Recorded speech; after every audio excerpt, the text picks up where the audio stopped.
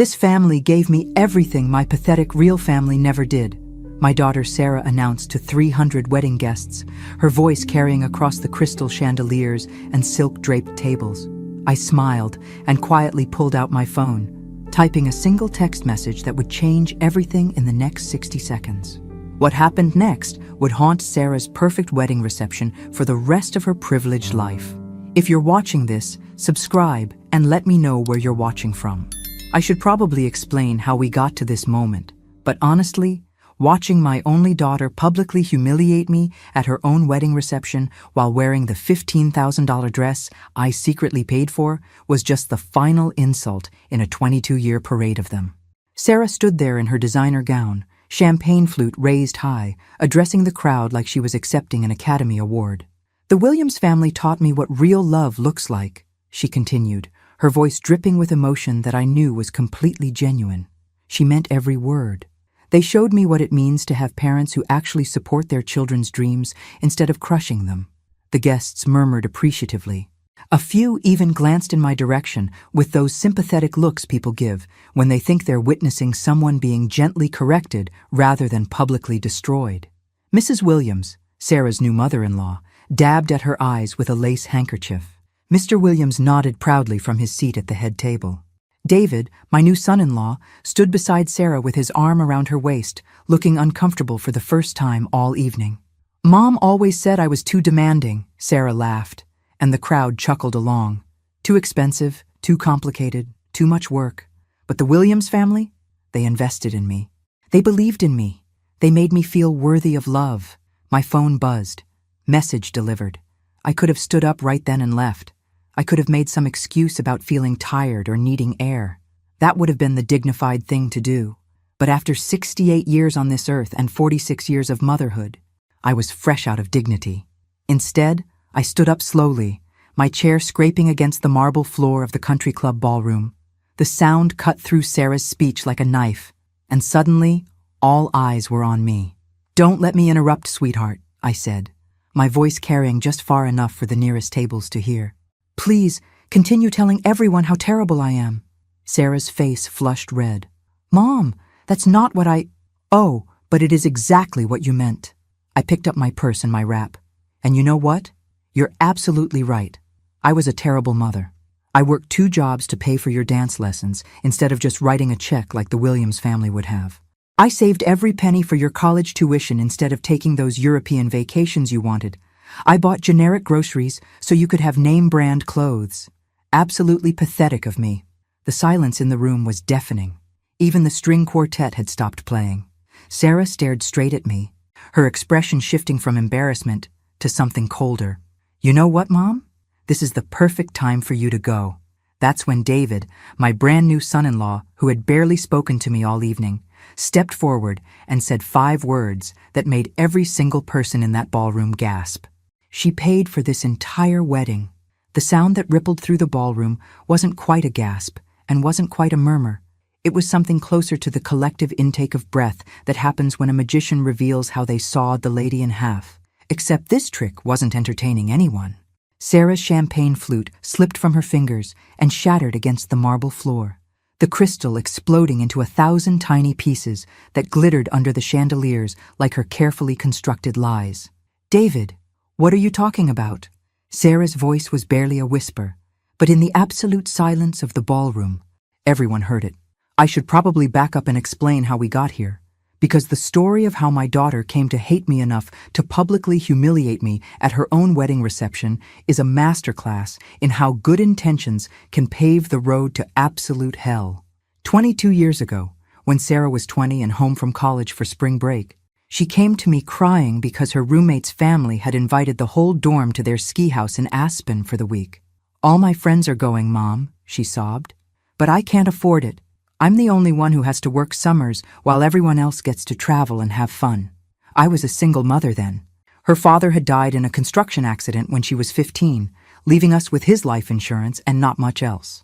I was working as a bookkeeper at a small accounting firm, making just enough to cover our mortgage and Sarah's college expenses, with nothing left over for ski trips to Aspen. But looking at my daughter's tear-streaked face, remembering how she'd always been the responsible one, the one who studied while her friends partied, the one who worked weekends at the campus bookstore to help with expenses, I made a decision that would haunt our relationship for the next 2 decades. I took out a second mortgage on our house, $5,000 for 1 week in Aspen. It seemed like such a small amount to give my daughter the same opportunities her wealthier classmates took for granted. She was so grateful, so happy. She promised she'd pay me back as soon as she graduated and got a real job. Of course, she never did pay me back. Not because she couldn't, but because somehow, over the years, that loan transformed in her mind from something she owed me into something I had freely given her. And if I had freely given her $5,000 once, well, then I could certainly do it again. The ski trip led to a summer abroad. The summer abroad led to graduate school. Graduate school led to the deposit on her first apartment in the city. Each time, Sarah would come to me with tears in her eyes and a perfectly reasonable explanation for why she needed money right now and why she couldn't ask anyone else. "I can't ask Tom's parents for help," she'd say about her boyfriend's senior year. "His family already thinks I'm just after their money." Or, "My boss said this certification program is the only way I'll get promoted, but the deadline for registration is tomorrow and I don't have the $3,000. By the time Sarah met David Williams at a charity gala 3 years ago, I had refinanced my house twice and taken out a personal loan against my retirement savings. But I was proud of her. She had a master's degree, a successful career in marketing, and she'd finally found a man who seemed to adore her. The Williams family welcomed Sarah with open arms from the very beginning. David's parents, Charles and Patricia Williams, owned a chain of luxury hotels across the Northeast. They had old money, the kind that came with trust funds and summer houses, and the sort of casual confidence that only comes from never having to check your bank balance before making a purchase. Within 6 months of dating David, Sarah was spending holidays with the Williams family. Within a year, she was calling Patricia Mom and Charles Dad. I told myself it was sweet that she'd found a second family to love her. I told myself it didn't hurt that she started declining my invitations to Sunday dinner because the Williams family had season tickets to the symphony. I was still telling myself it didn't hurt when Sarah called me last year to tell me she was engaged and that Patricia Williams was helping her plan the wedding of her dreams. "It's going to be at the Grandview Country Club, Mom," she gushed over the phone. "Can you believe it? Patricia knows the event coordinator personally. They're giving us the full wedding package for $75,000. My heart stopped. $75,000? I know it sounds like a lot, but David's family has connections everywhere. The flowers alone would normally cost $15,000, but Patricia's friend owns the florist shop. And the photographer is Patricia's cousin. It's going to be perfect." "That's wonderful, sweetheart," I managed. "I'm so happy for you." What I didn't say was that I had exactly $837 in my checking account and a credit card that was maxed out from Sarah's last emergency. What I didn't say was that my retirement savings were already gone, spent on her graduate school and her apartment deposits and her career development courses and 100 other investments in her future that she'd somehow forgotten I'd made. "The only thing is," Sarah continued, "David's family is being so generous with everything else. I feel weird asking them to cover the whole wedding. I want to contribute something myself, you know? To show them I'm not just marrying David for his family's money." "Of course," I said. "That's very thoughtful of you." So I was thinking, maybe I could cover the venue fee. It's only $25,000, and I have some savings, but not quite enough. Could you help me out? Just this once? For my wedding? Just this once. As if the previous 22 years of just this once had never happened. But what was I supposed to say? "No, I won't help pay for your wedding"?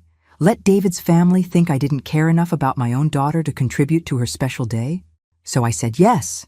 Of course I said yes. I took out a home equity loan for $30,000, $25,000 for the venue, $5,000 as a cushion for any additional expenses that might come up. Because there are always additional expenses.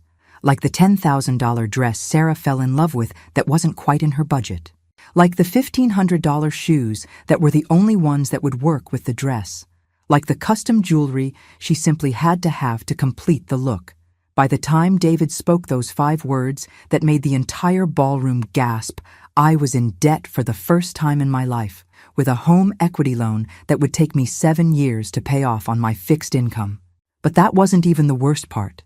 The worst part was that somehow, in Sarah's mind, all of that money had come from the Williams family. The silence stretched on for what felt like hours, but was probably only seconds. I could see Sarah's mind racing, trying to figure out how to spin this, how to make David's revelation fit into the narrative she'd constructed about her generous adoptive family and her neglectful real mother. "What David means," she finally said, her voice artificially bright, "is that Mom contributed to the wedding costs, along with David's family. It was a team effort." David turned to look at his bride with an expression I couldn't quite read. "No, Sarah, that's not what I mean." I had to give him credit. For a man who'd barely acknowledged my existence for the past 3 years, he was certainly finding his voice at the most dramatic possible moment. "Your mother didn't contribute to the wedding costs," David continued, his voice carrying clearly through the ballroom's perfect acoustics. "She paid for everything. The venue, the flowers, the music, the food, the bar, everything." Patricia Williams stood up abruptly from the head table, her face white as her son's dress shirt. "David, what are you talking about? We discussed the budget months ago. Your father and I—" "You discussed planning the wedding," David interrupted. "Mrs. Patterson paid for it. Now let me tell you something about the Williams family that Sarah never quite understood, despite spending 3 years trying to earn their approval. They weren't actually wealthy, not in the way Sarah thought they were. Oh, they were comfortable enough. Charles Williams owned 2 hotels, not a chain. Nice hotels, boutique properties in Vermont and New Hampshire that catered to leaf peepers and ski tourists. They did well during peak seasons and struggled during the off-seasons, like most small business owners in the hospitality industry. The house Sarah loved so much, the one where she spent every holiday and most weekends, it belonged to Charles's mother, who was 93 and had been talking about selling it for the past 5 years. The cars, the club memberships, the season tickets to the symphony, all carefully managed to create an impression of wealth that was about 60% real and 40% smoke and mirrors. I knew this because I wasn't 22 and starry-eyed like my daughter.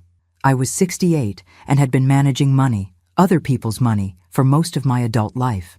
I knew how to read between the lines when Charles Williams casually mentioned that business had been challenging lately, or when Patricia sighed about having to scale back their vacation plans. More importantly, I knew how to listen to the things people didn't say. When Sarah started gushing about how the Williams family was taking care of everything for the wedding, I paid attention. When she mentioned that Patricia was coordinating with all the vendors, I made some phone calls. It took exactly 3 phone calls to learn that no deposits had been made, no contracts had been signed, and no payments had been arranged for any aspect of Sarah's dream wedding. The Williams family was planning a beautiful wedding for their son. They just weren't planning to pay for it. I could have told Sarah. I could have sat her down and explained that her future in-laws were expecting her to cover the costs of the wedding they were so enthusiastically planning. But I knew my daughter well enough to know exactly how that conversation would go. She would have been devastated. She would have cried about how humiliating it would be to scale back the wedding plans after Patricia had already sent invitations to half of New England's social register. She would have worried about what David's family would think of her if she couldn't afford the kind of wedding they considered appropriate for their son. And then she would have asked me to help her, just this once, for her wedding, because she couldn't possibly ask David's family to contribute more than they already had. So I skipped the middle part and went straight to the solution. I called the Grandview Country Club and paid the deposit myself. I called the florist and the photographer and the caterer and the musicians, and I paid all of them myself. I told myself I was protecting Sarah's dignity. I told myself I was ensuring she got the wedding she'd always dreamed of.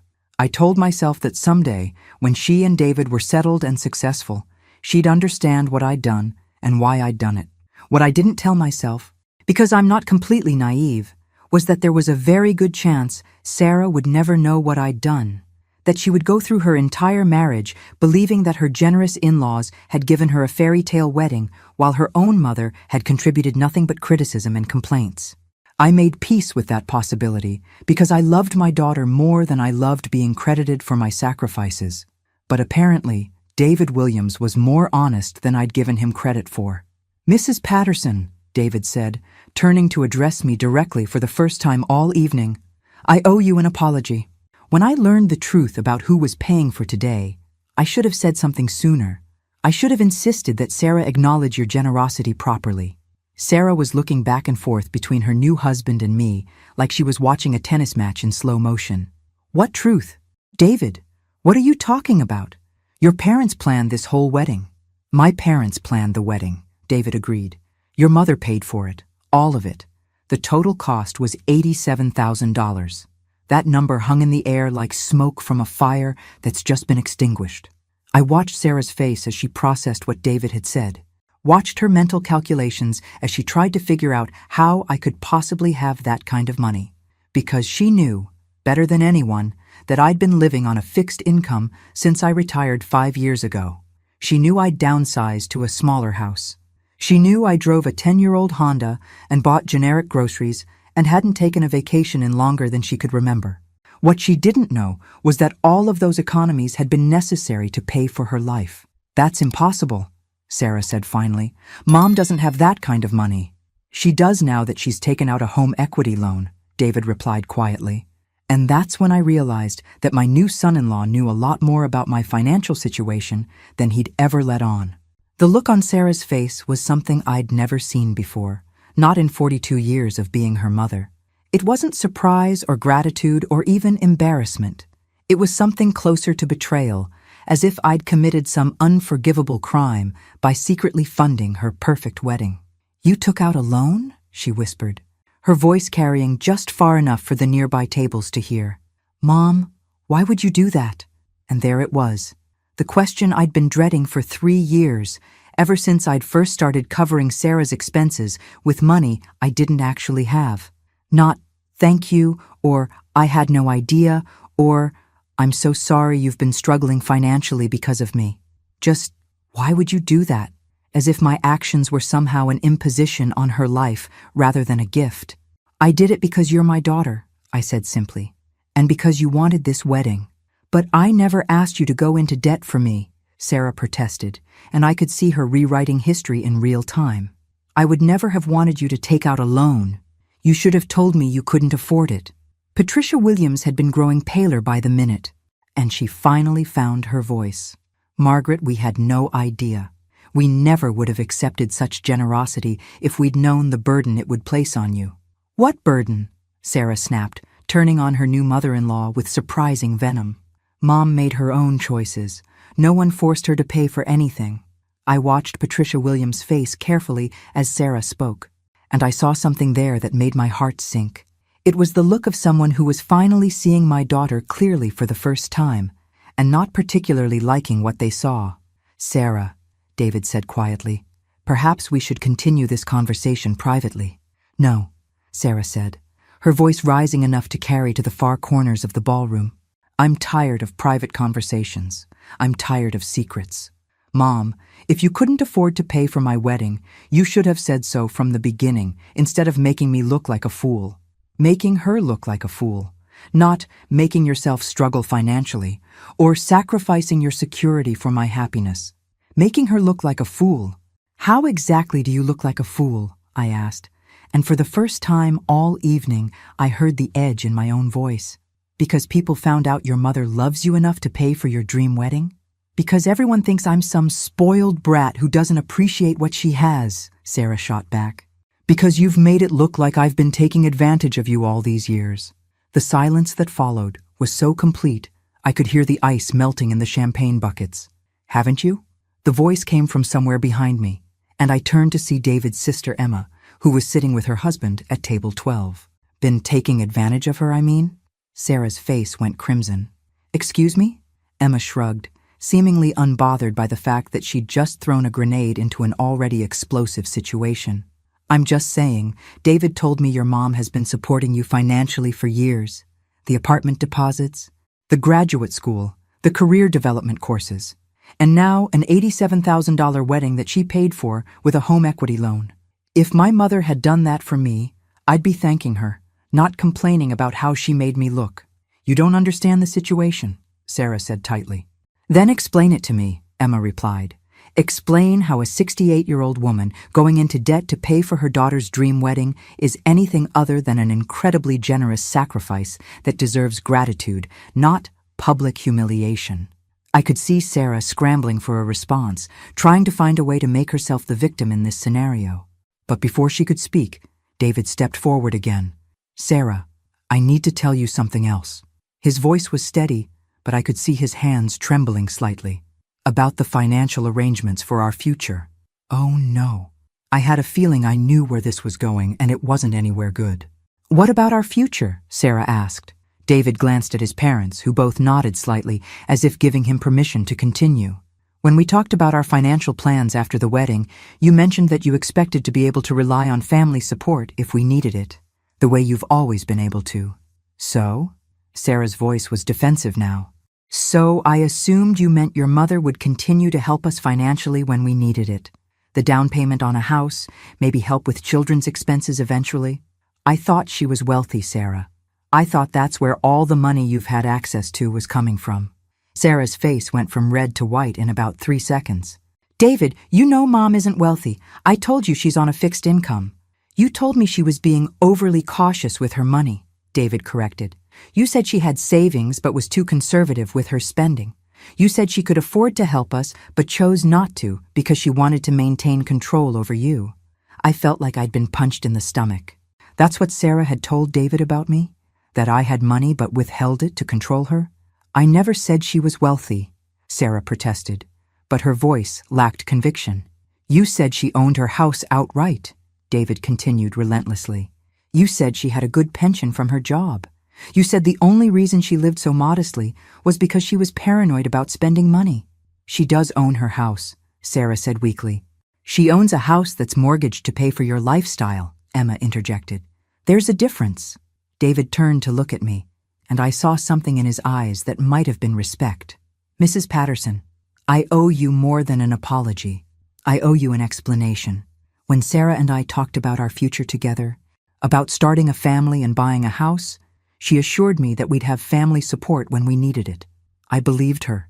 "What are you saying?" Sarah asked, and I could hear the panic creeping into her voice. "I'm saying that I made certain financial decisions based on the assumption that your mother would be able to help us the way she's always helped you." David's voice was gentle but firm. "And now that I know the truth about her situation, I realize that I need to reconsider some of those decisions." Sarah stared at her brand new husband like she'd never seen him before. "What decisions?" David glanced around the ballroom at the 300 guests who were hanging on every word of this increasingly personal conversation. And I saw him make a choice. "I think," he said quietly, "that this is a conversation we should have privately." But Sarah was having none of it. "No, David. Tell me now. What decisions?" David sighed. "The house we put an offer on last month. I agreed to a purchase price that was above our means because you assured me your mother would help with the down payment. The fertility treatments we discussed starting after our honeymoon because you said family money would cover the costs if insurance didn't. The plan for you to quit your job when we have children because you said we'd have generational wealth to fall back on." With each word, Sarah seemed to shrink a little bit more, and I finally understood why David had chosen this moment, this very public moment, to reveal the truth about who had paid for the wedding. He wasn't just being honest. He was protecting himself from a marriage built on a foundation of lies about money that didn't exist. And suddenly, I didn't feel humiliated anymore. I felt something much more dangerous. I felt vindicated. The wedding reception had officially become a live episode of a daytime drama, complete with shocked gasps from the audience and a heroine who was slowly realizing that her entire life script needed to be rewritten.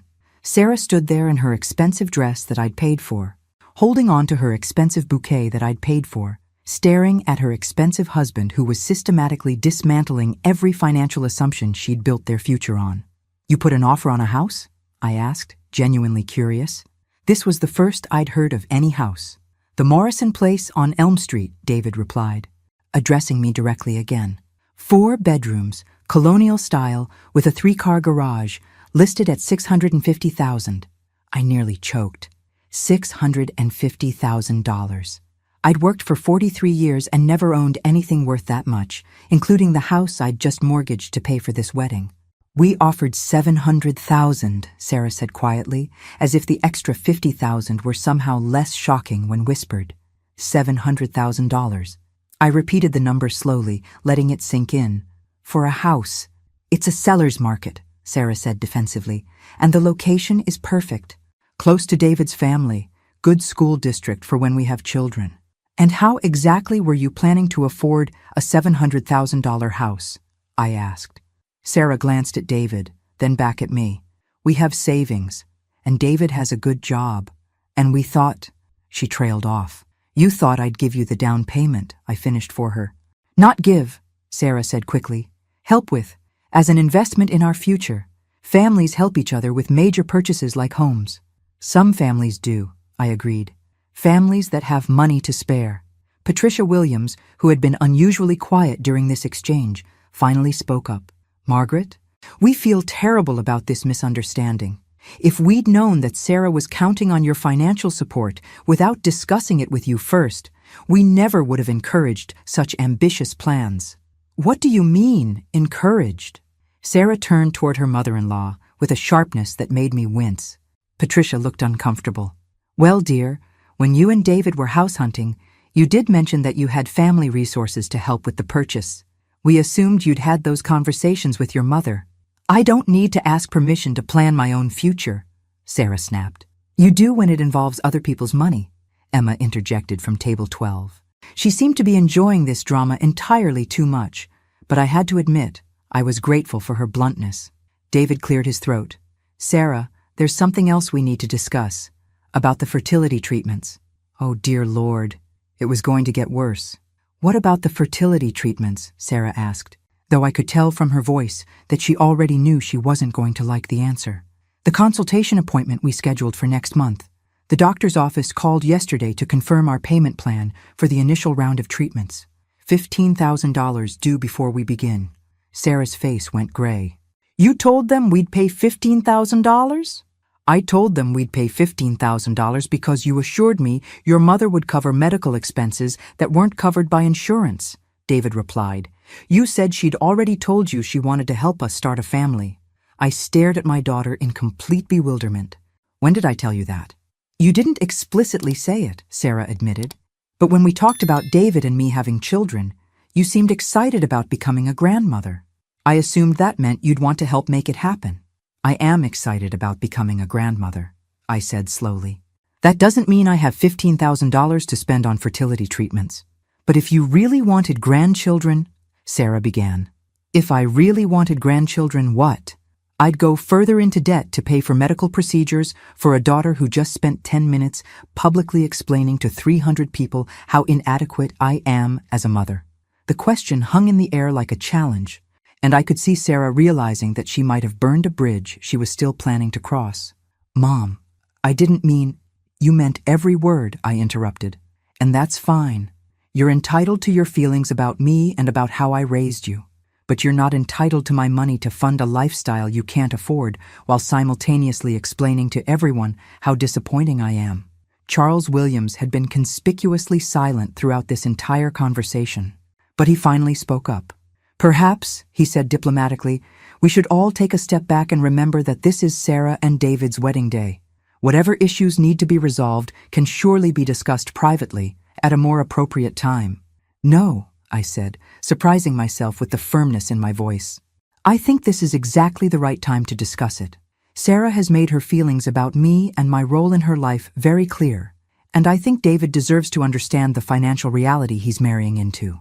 I turned to address David directly. Your wife believes she's entitled to financial support from a woman she considers inadequate and pathetic. She's made financial commitments on your behalf based on money she doesn't have and never bothered to ask for. She's planned a lifestyle that requires ongoing subsidies from someone she publicly humiliates. Does that sound like a sustainable arrangement to you? David looked from me to Sarah and back again. Mrs. Patterson, I had no idea. Of course you didn't, I said, because Sarah never told you the truth about our financial arrangement. She let you believe I was wealthy and stingy instead of struggling and generous. She let you plan a future based on resources that don't exist. That's not fair, Sarah protested. You never told me you were struggling. You never said you couldn't afford to help me. When? I asked. When should I have told you? When you were crying about the ski trip, or when you were panicking about graduate school, or when you were excited about your dream wedding? When exactly should I have sat you down and explained that helping you was requiring me to sacrifice my financial security? Sarah had no answer for that, because we both knew there had never been a good time for that conversation. There had only been crisis after crisis, each one urgent enough to require immediate financial assistance and emotionally charged enough to make practical discussions about my limitations feel cruel and selfish. But I was done feeling cruel and selfish for having limitations. David, I said, turning back to my new son-in-law, let me be very clear about something. I love my daughter. I want her to be happy. But I cannot and will not continue to fund a lifestyle I can't afford for someone who treats me like an embarrassment. Mom, Sarah said, her voice smaller now, I never meant to. Yes, you did, I said gently. You meant every word you said tonight, and that's okay. You're a grown woman, and you're entitled to your opinions about me, but you're not entitled to my financial support while holding those opinions. I picked up my purse and stood up from the table, for what I now realized would be the last time.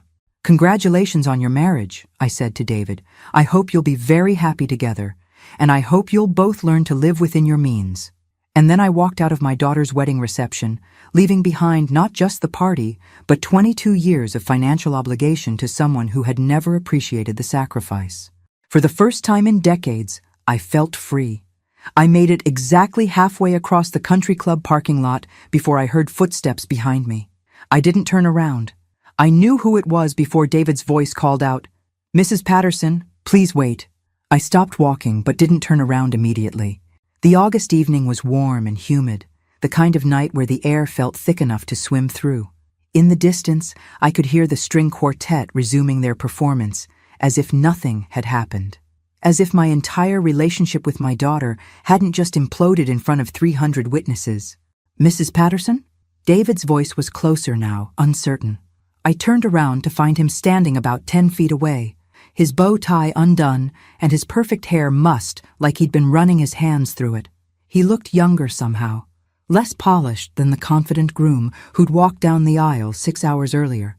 What can I do for you, David? I asked, and I was pleased to hear that my voice sounded steadier than I felt. He took a few steps closer, stopping just outside what felt like polite conversation distance. I wanted to apologize. For all of it. For not knowing, for not asking, for letting Sarah make assumptions about your financial situation without verifying them. You don't need to apologize to me, I said. You're not responsible for your wife's relationship with money or with me. Wife. He said the word like he was testing it out, seeing how it fit. That's going to take some getting used to. I studied his face in the parking lot lighting, trying to read his expression. Are you having second thoughts? He was quiet for a long moment, long enough that I could hear the distant sound of laughter from the reception and the closer sound of cicadas in the oak trees that lined the country club driveway. Can I ask you something? He said finally. Of course. How long has this been going on? The financial support, I mean. I considered lying, or at least softening the truth.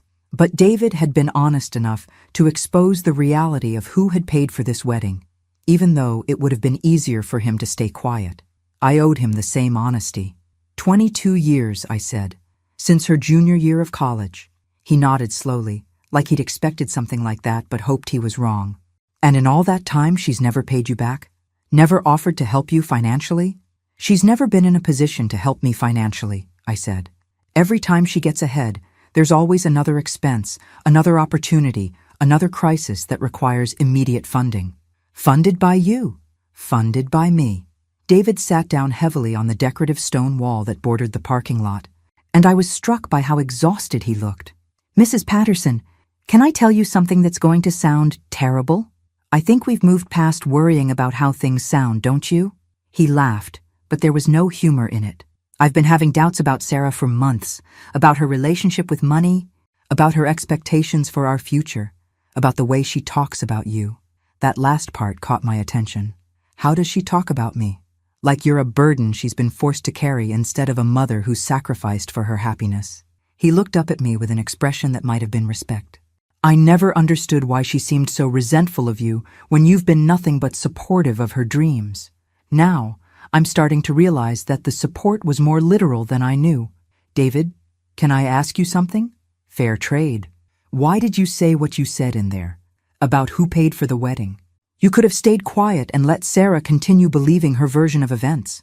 He was quiet for a moment, staring at his hands. Because I realized that if I let her humiliate you publicly without saying anything, I'd be complicit in it. And because I needed to know the truth about our financial future before we started building a life together. And now that you know? Now I know that the woman I married has been living a lie for over 20 years, and she's expected me to participate in that lie without telling me what I was signing up for. He looked up at me again. Mrs. Patterson, I make a good salary, but I'm not wealthy. I can't afford a $700,000 house and fertility treatments and the kind of lifestyle Sarah thinks we're going to have. And I can't ask my parents to cover the difference, because they don't have that kind of money either. What are you going to do? I don't know, he admitted. Cancel the house offer, obviously. Have some very difficult conversations about expectations and reality. Figure out if there's a marriage worth saving underneath all the financial delusions.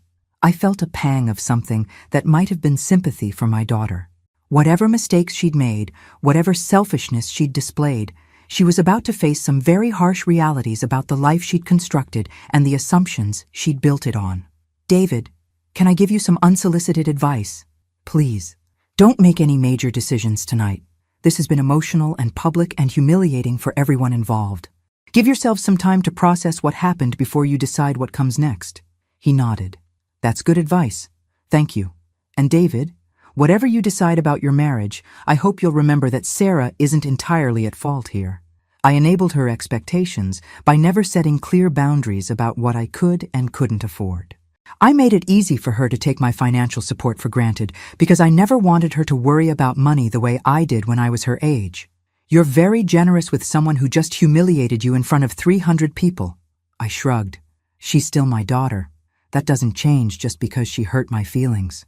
David stood up from the stone wall and straightened his jacket. I should get back inside. People will be wondering where the groom went. David? Yes? For what it's worth, I think you're a good man. I hope you and Sarah can figure this out.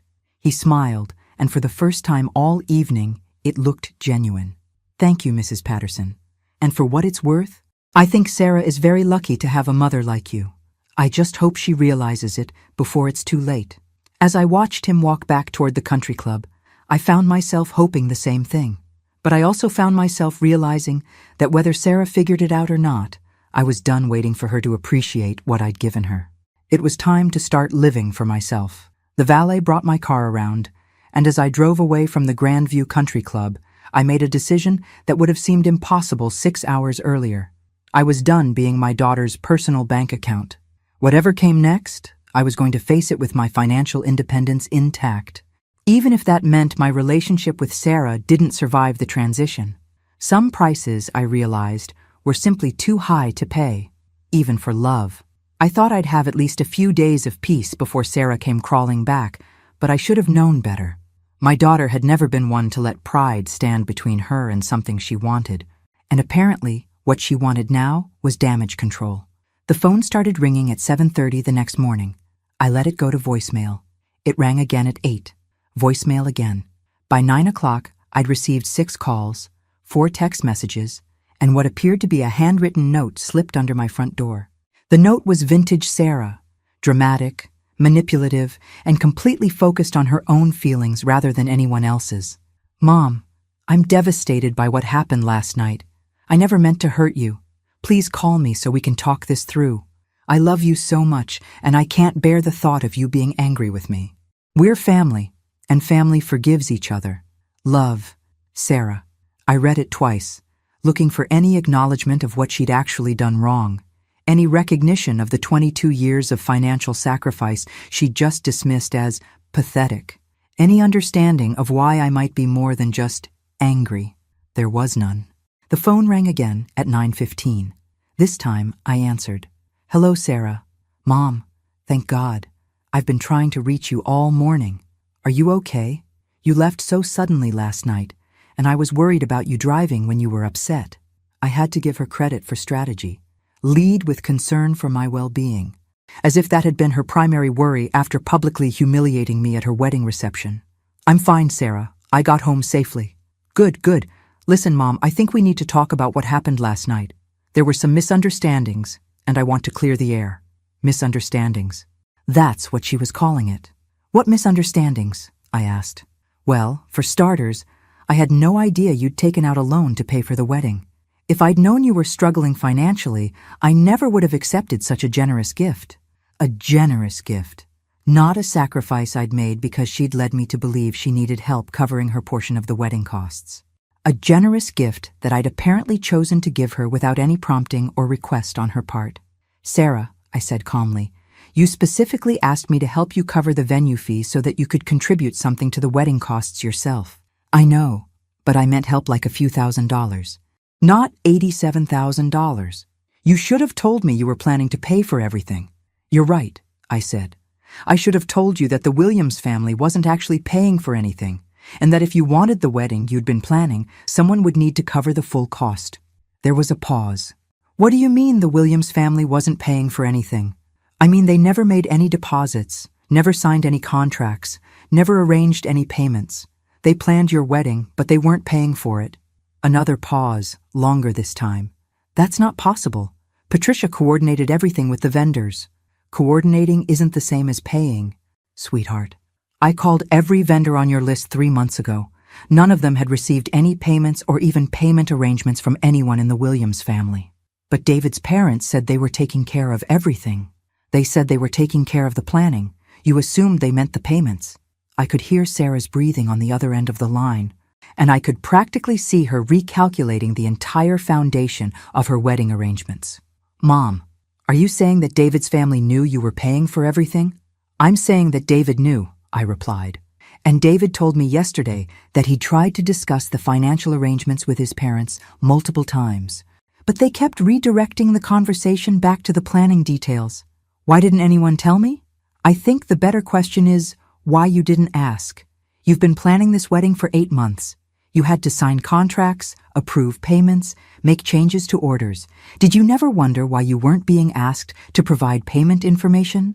Sarah was quiet for so long, I thought she might have hung up. Finally, she said, I thought Patricia was handling all of that. With what money, Sarah? I don't know. I assumed they had money. Based on what? Based on their house, their lifestyle, the way they live. Their house belongs to David's grandmother. Their lifestyle consists of careful budgeting and strategic social positioning. They're comfortable, but they're not wealthy. I know this because, unlike you, I asked questions before making financial commitments. I could hear Sarah starting to cry, and part of me felt bad for destroying her illusions so systematically. But another part of me, the part that had been paying for those illusions for 22 years, felt like it was about time she faced reality. Mom, I feel so stupid. You're not stupid, Sarah. You're inexperienced with money because I've always handled financial problems for you. But inexperience stops being an excuse when you're 42 years old and planning a life with someone else. I know. You're right. But Mom, what am I going to do now? David is talking about canceling the house offer, postponing the fertility treatments, changing all our plans for the future. And there it was. The real reason for the phone call. Not guilt about what she'd said to me, not gratitude for what I'd sacrificed, not concern for my financial well-being. She was calling because David was forcing her to face the reality of their actual financial situation, and she needed me to fix it. What are you asking me, Sarah? I'm asking if maybe we could work something out. A loan, or a payment plan, or something. Just until David and I get on our feet financially. To pay for what? The house down payment. Maybe some of the fertility treatment costs. Just the essentials. Essentials. A $700,000 house and $15,000 fertility treatments were essentials. Sarah, I took out a home equity loan to pay for your wedding.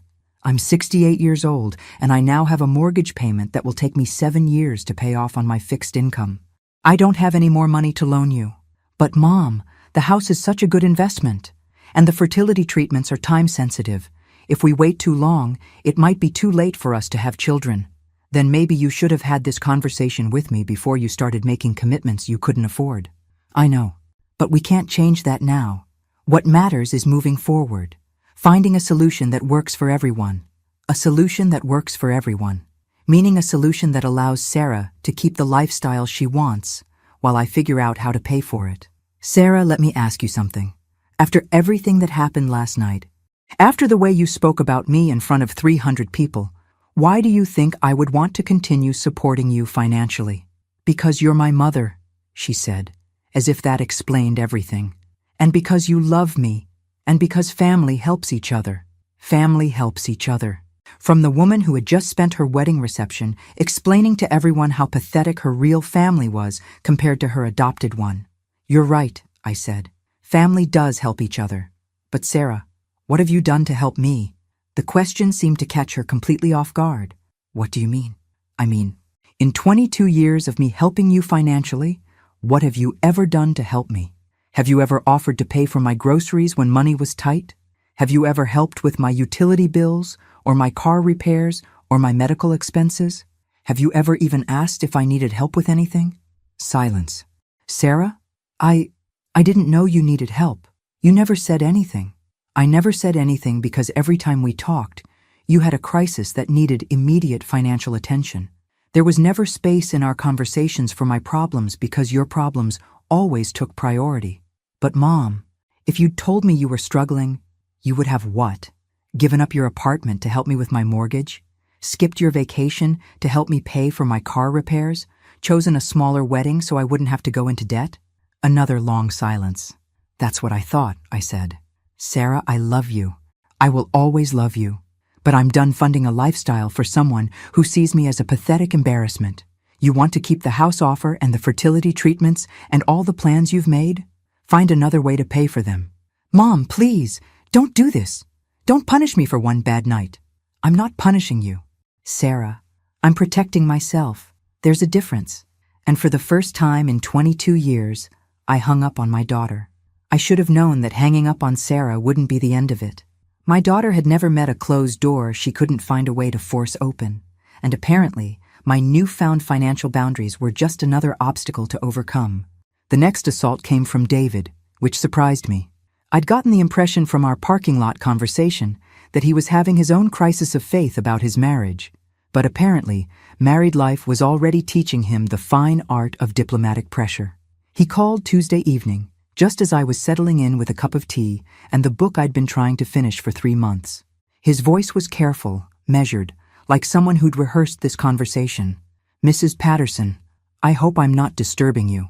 Not at all, David. How are you adjusting to married life? It's been educational, he said, and I heard something in his tone that might have been dark humor. Mrs. Patterson, I wanted to call and apologize again for what happened at the reception, and to thank you for the advice about not making any major decisions while emotions were running high. You're welcome. Have you and Sarah had a chance to talk through everything? We have, extensively. He paused. Mrs. Patterson, I wonder if I could ask you something, and I want you to know that I'm asking for myself, not because Sarah asked me to call you. I doubted that was entirely true, but I appreciated the attempt at diplomacy. Go ahead.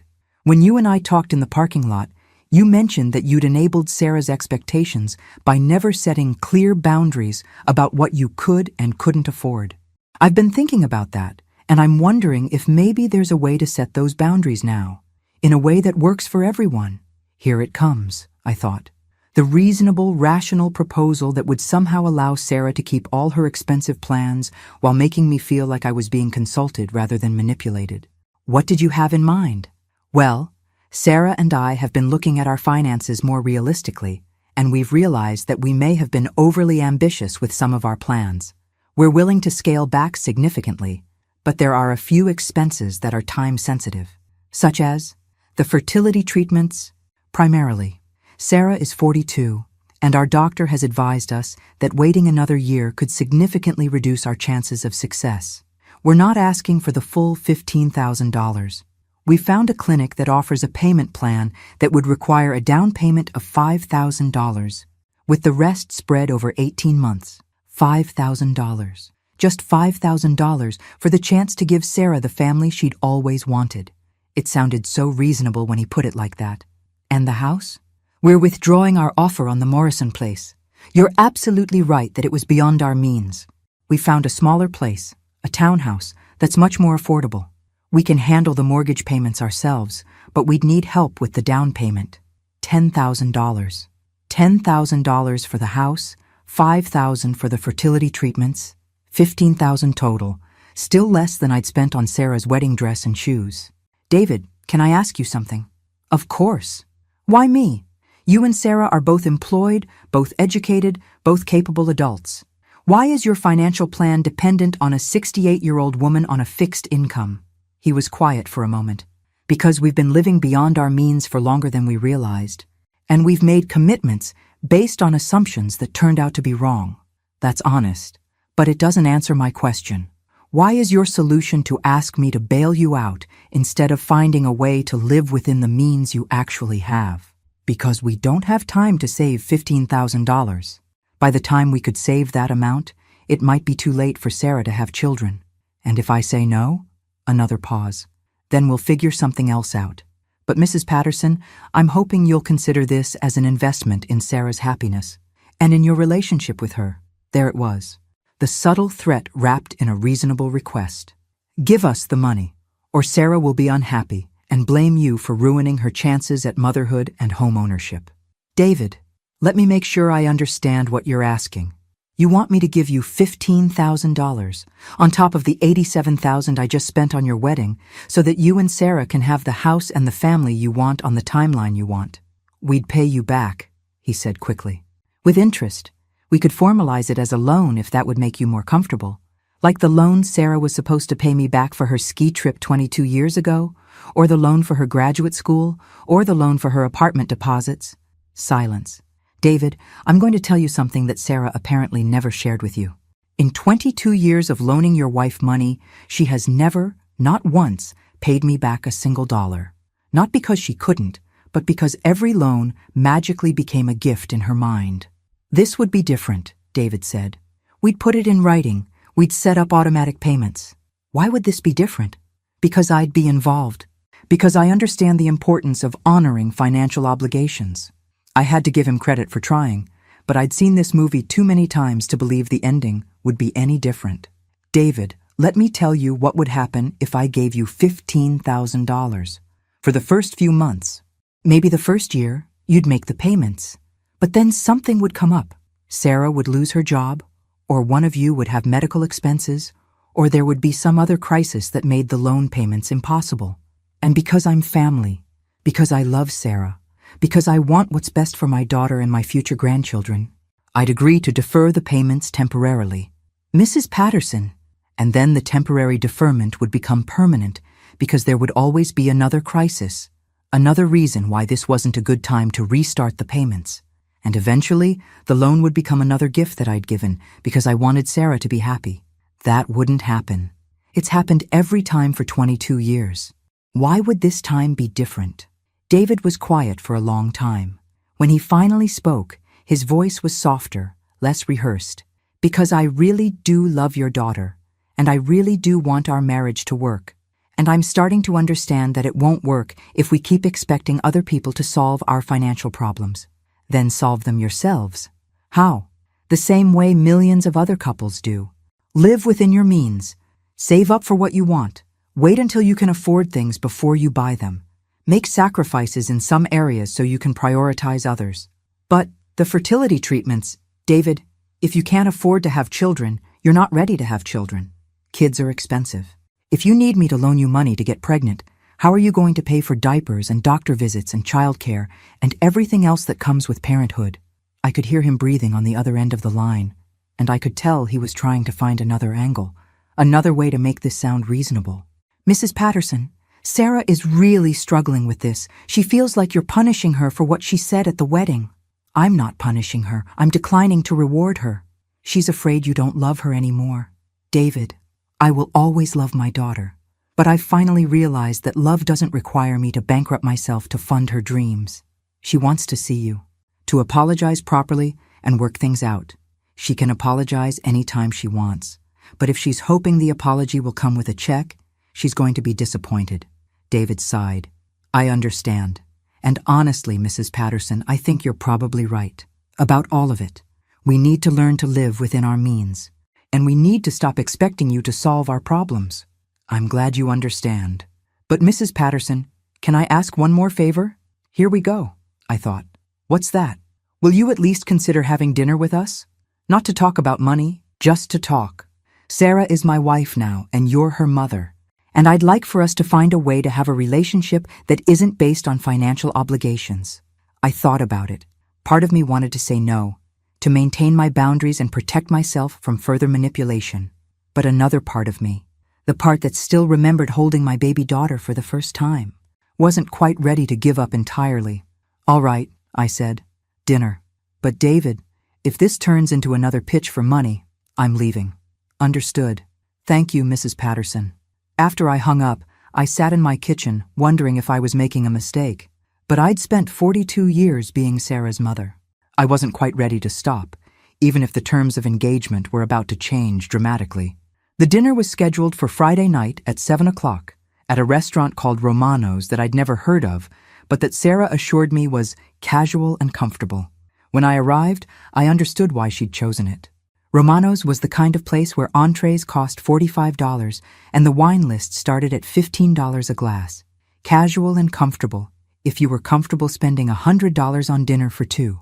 Sarah and David were already seated at a corner table, and I could tell from Sarah's body language that she'd been crying recently. Her eyes were red-rimmed, despite obvious attempts to cover the evidence with makeup, and she had that fragile look she'd always gotten as a child when she was trying very hard not to cry again. "Mom," she said, standing up to hug me.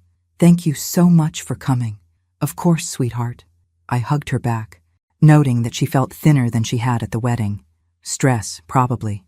David stood and pulled out my chair, which was more courtesy than he'd shown me in 3 years of dating my daughter.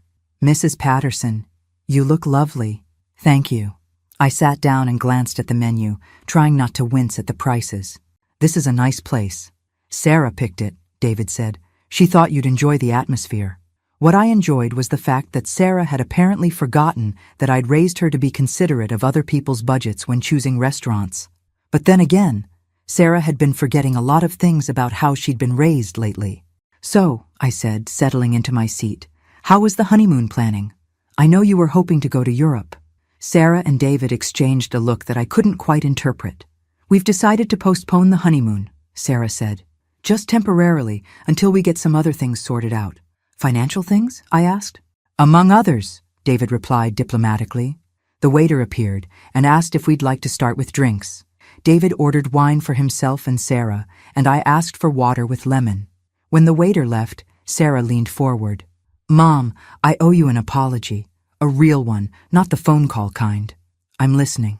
"What I said at the wedding reception was inexcusable. I was trying to be grateful to David's family for welcoming me, and I ended up making it sound like you'd never done anything for me. That was wrong, and I'm sorry." It was a better apology than I'd expected, but I could tell there was more coming.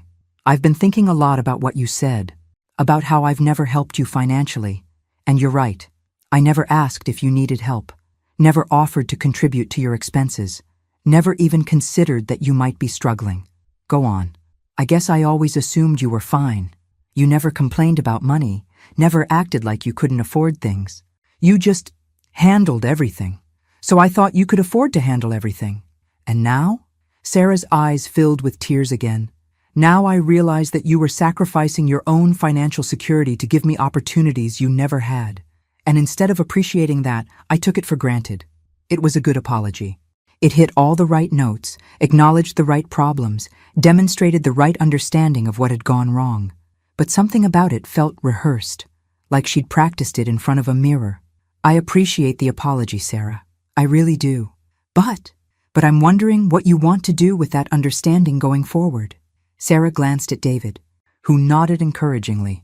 "I want to find a way to make things right between us, to rebuild our relationship on a foundation of honesty instead of assumptions." "That sounds good. What would that look like?" "Well, for starters, I want to pay you back. Not everything all at once, because honestly, we can't afford that right now. But something every month, even if it's just a small amount. I want to start acknowledging the debt I owe you." I stared at my daughter, trying to figure out if this was genuine or just another manipulation tactic. How much do you think you owe me, Sarah? She pulled out a piece of paper from her purse. I've been trying to remember everything. The ski trip, graduate school, the apartment deposits, the wedding. I think it's somewhere around $200,000. $237,000, I said. I have the receipts. Sarah's face went pale. $237,000? Give or take a few hundred. Jesus, David muttered. I know it's a lot, Sarah said quickly. I know we can't pay it back quickly, but if we could pay you $500 a month, every month, it would take— She paused to calculate. A really long time.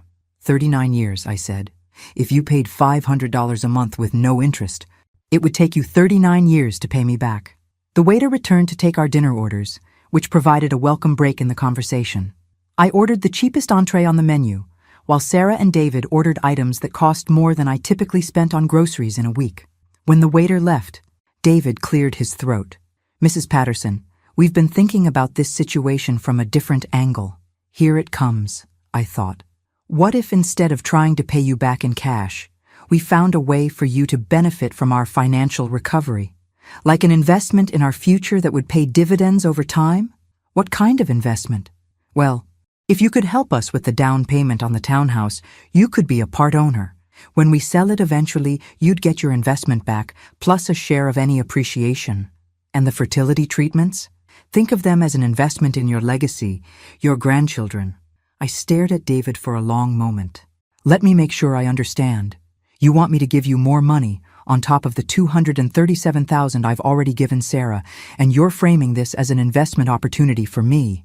When you put it like that, it sounds bad, Sarah said. But Mom, we're trying to find a way to include you in our success instead of just taking from you. Sarah, you're 42 years old. David, you're 45.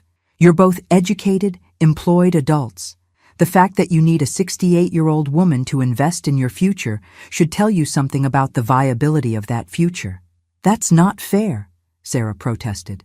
Lots of families help each other with major purchases. Lots of families have money to spare, I replied. I don't. But Mom, if we don't act soon, we might miss our chance to have children. And if we don't buy a house now, prices might go up even more. Sarah, those are choices you have to make based on your own resources, not mine. The food arrived, and we ate in tense silence for a few minutes. Finally, Sarah put down her fork and looked at me with an expression I remembered from her childhood, when she was about to play her final card in an argument. Mom, I need to tell you something. Something I probably should have told you a long time ago. I braced myself. I'm scared, she said, her voice barely above a whisper. I'm scared that if I don't have children soon, I'll never have them. I'm scared that David will leave me if I can't give him a family. I'm scared that I've messed up my life so badly that I'll end up alone. It was emotional manipulation at its finest, but it was also probably true.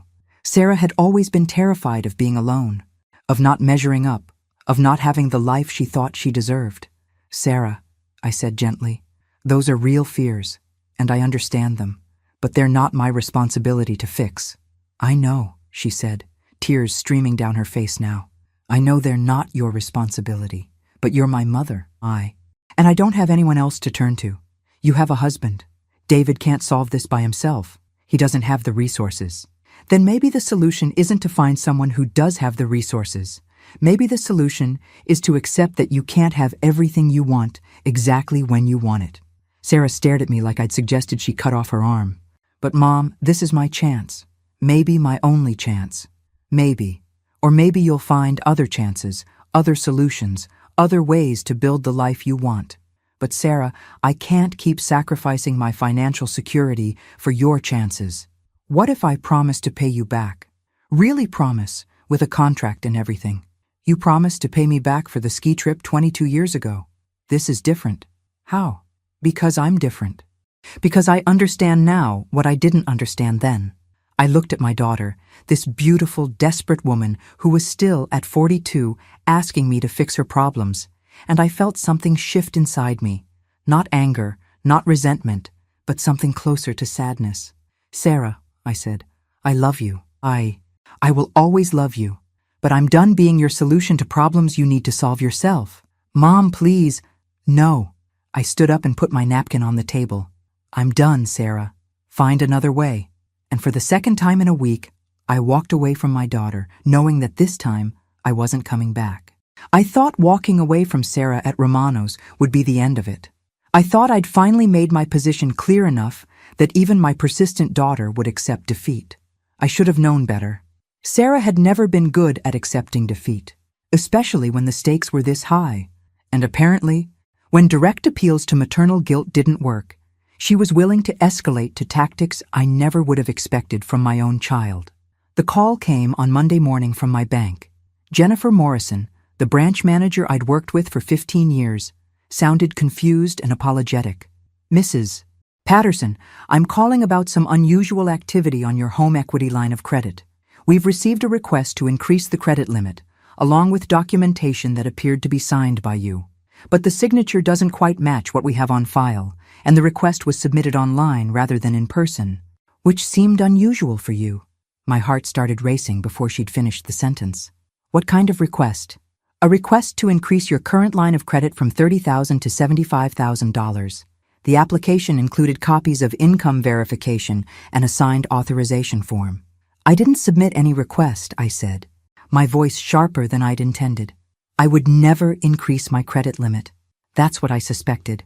"Mrs. Patterson, I hate to ask this, but do you have any idea who might have access to your personal financial information?" I did have an idea, and it made me sick to my stomach. "Jennifer, I'm coming in right now. Don't process any requests related to my accounts until I get there. Of course, I'll flag everything and have our fraud specialist available to meet with you." I was dressed and in my car within 10 minutes, my hands shaking as I drove to the bank. The fraud specialist, a young man named Marcus Chen, walked me through the application that had been submitted in my name. It was good, very good. The signature was close enough to mine that if I hadn't been looking for discrepancies, I might have missed them. The income verification was authentic, copies of my actual Social Security statements and pension documentation. The authorization form was formatted exactly like the bank's official documents. "Mrs. Patterson, whoever did this had access to very detailed financial information about you," Marcus explained. "Bank account numbers, Social Security number, income sources, your original home equity loan documents. This level of access typically comes from family members or people who handle your finances. What happens now? We've frozen the account and rejected the application. We'll file a fraud report with the police and with the credit bureaus. But Mrs. Patterson, we need to discuss the possibility that this might not be the only attempt. Whoever did this might try again with other institutions." Jennifer leaned forward. "Mrs. Patterson, do you have any idea who might have done this?" I stared at the forged signature on the application, noting how the M in Margaret was just slightly different from my usual style, how the P in Patterson was a little too perfectly formed. And I realized that Sarah had been watching me sign documents for her entire life. She'd seen me sign permission slips and loan applications and tax forms and birthday cards. She knew my signature well enough to forge it convincingly. "I have an idea," I said, "but I need to confirm it before I make any accusations." I drove home in a fog of disbelief and growing anger. My own daughter had tried to forge my signature to increase my debt limit without my knowledge. The same daughter who'd been crying at Romano's about how scared she was, how sorry she was, how much she loved me. I sat in my kitchen and called David's cell phone. He answered on the second ring. "Mrs. Patterson, is everything okay?" "David, I need to ask you something, and I need you to tell me the truth." "Of course. Did you know that Sarah tried to forge my signature to increase my credit limit?" The silence that followed told me everything I needed to know. "David, Mrs. Patterson, I can explain." "Please do." "Sarah panicked after dinner on Friday.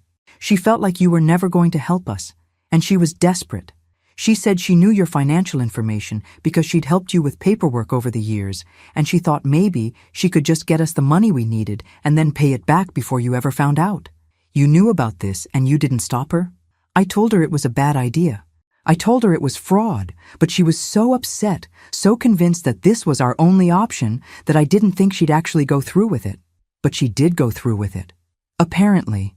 "Mrs. Patterson, I am so sorry. I should have stopped her. I should have called you and warned you." "Yes, you should have." I took a deep breath, trying to calm myself down enough to think clearly. "David, where is Sarah right now?" She's at work. Mrs. Patterson, she doesn't know that you know. She's been checking her email obsessively, waiting to hear back from the bank about the credit increase. I see. What are you going to do? I'm going to call the police and file a fraud report. And then I'm going to have a conversation with my daughter about the consequences of forging legal documents. Mrs. Patterson, please. I know what she did was wrong, but she was desperate. She wasn't thinking clearly. David, she committed a crime. She forged my signature on legal documents to steal money from me. The fact that she was desperate doesn't make it less illegal. If you call the police, she could be arrested. She could lose her job. Then she should have thought about that before she decided to commit fraud. Mrs. Patterson, I'm begging you, please don't destroy her life over this. Let me talk to her. Let me make her understand how serious this is. It's too late for that, David. She crossed a line that can't be uncrossed. What if she agreed to pay you back? Everything, with interest. What if we signed a legal contract? With what money? You just told me you're both so desperate for cash that you thought fraud was a reasonable option. We'll figure something out. We'll sell things, take second jobs, whatever it takes. I almost laughed at the irony. David was finally talking about the kind of sacrifices and lifestyle changes that should have been their first option instead of their last resort. But it was too late for reasonable solutions. David, I'm done negotiating with people who think I'm a target rather than a person. Sarah made her choice when she decided to forge my signature. Now she gets to live with the consequences.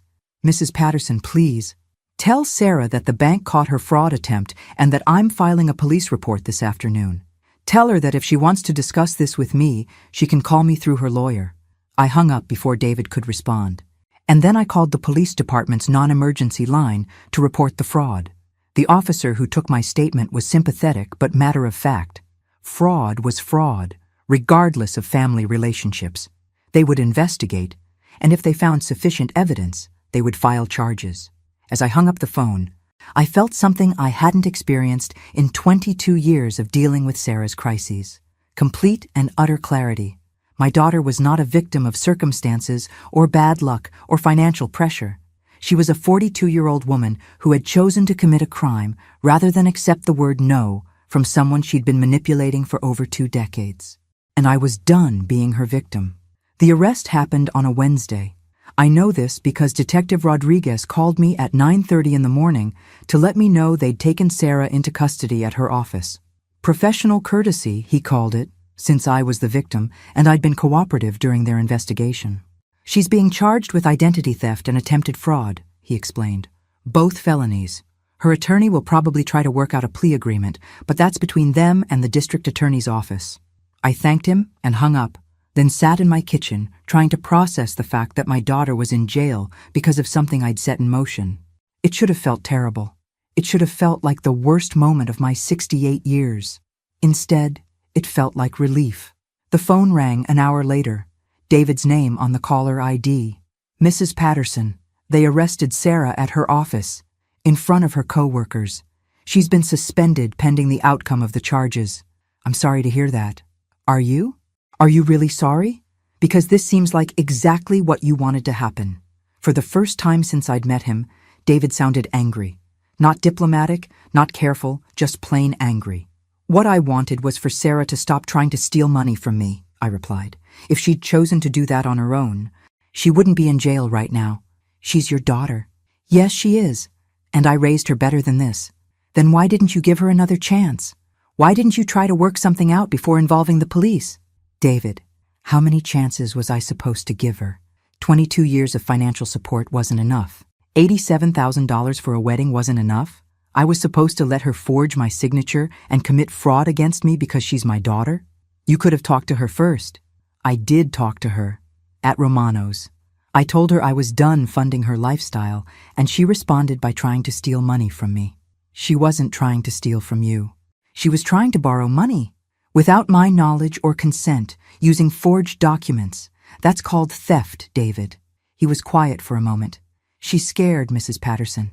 She's sitting in a jail cell, terrified about what's going to happen to her career, her future, our marriage. She's never been in trouble with the law before. Then she shouldn't have broken the law. She made a mistake. She made a choice. A calculated, deliberate choice to commit fraud when she didn't get what she wanted through manipulation. What do you want from her?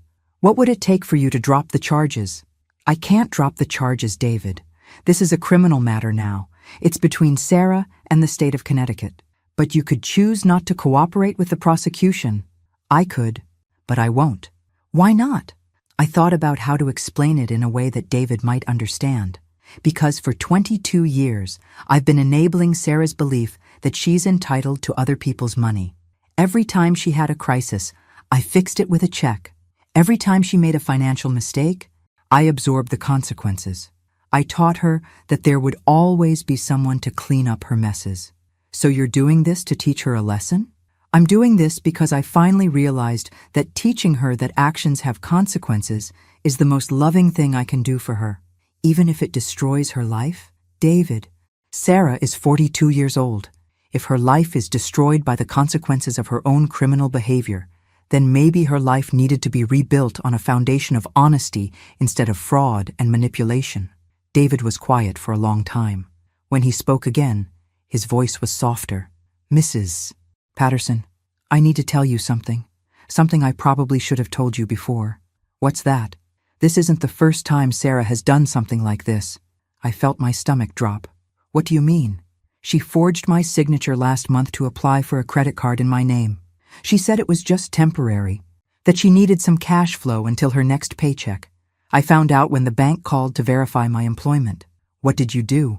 I covered for her. I told the bank I'd authorized the application, but forgotten about it. I canceled the card before she could use it. Why didn't you tell me this when I asked if you knew about the fraud attempt on my account? Because I hoped it was a one-time thing. Because I didn't want to believe that my wife was what she is. What is she, David? Someone who thinks rules don't apply to her. Someone who believes she's entitled to whatever she wants, regardless of who gets hurt. Someone who sees other people as resources to be exploited rather than human beings to be respected. It was brutally honest, and probably the most accurate assessment of Sarah's character I'd ever heard from someone who loved her. I'm sorry, David. For what? For not setting boundaries sooner. For enabling her to become the kind of person who would commit fraud against her own mother and her own husband. Mrs. Patterson, can I ask you something? Of course. Do you think she can change? Do you think there's any hope for her to learn from this and become a better person? I considered the question carefully. I think prison has a way of providing clarity about priorities. I think losing everything you thought you were entitled to can be a powerful teacher. But David, I also think that change has to come from Sarah herself. No one can force her to become a better person. What about us? What about our marriage? What about it? Do you think I should stay with her? Try to work through this? It was the kind of question a mother-in-law should probably stay out of. But David had been more honest with me in the past week than Sarah had been in 22 years. David, I think you need to decide what kind of life you want to live and what kind of person you want to be married to. If you want to be married to someone who commits fraud when she doesn't get her way, then stay. If you want to be married to someone who takes responsibility for her actions and treats other people with respect, then you might want to reconsider. She's going to need support through this, someone to believe in her. She's going to need consequences, someone who won't enable her to avoid responsibility for what she's done. You really think she should go to prison? I think she should face whatever consequences the justice system determines are appropriate for her crimes, just like anyone else would. David sighed. I keep thinking there should be something I can do to fix this. David, you can't love someone into being honest. You can't support someone into taking responsibility. Sarah has to choose to be a better person, and she has to make that choice based on her own desire to change, not because someone else is trying to save her from the consequences of her actions. That's hard to accept. It's the hardest thing about loving someone with a character problem. You have to love them enough to let them fail. After I hung up, I sat in my kitchen and thought about the daughter I'd raised and the woman she'd become. I thought about the choices I'd made that had enabled her behavior and the choice I was making now to stop enabling it. It hurt. It hurt more than I'd expected it to. But for the first time in 22 years, I felt like I was being a good mother. Not a convenient mother. Not a useful mother. Not an easy mother. A good mother who loved her daughter enough to let her learn from her mistakes, even when those mistakes had serious consequences. 6 months later, Sarah pled guilty to fraud charges and was sentenced to 18 months in prison with 3 years of probation. David filed for divorce while she was awaiting sentencing. I didn't visit her in prison. I didn't write letters or put money in her commissary account or maintain the relationship that had been built on my financial support. But when she got out, when she'd served her time and completed her probation, when she was ready to build a life based on honesty instead of manipulation, I'd be ready to be her mother again. Until then, I was finally free to live my own life, with my own money, on my own terms. And it turned out that freedom was worth every penny I'd ever spent trying to buy love that should have been freely given. Thanks for listening. Don't forget to subscribe and feel free to share your story in the comments. Your voice matters.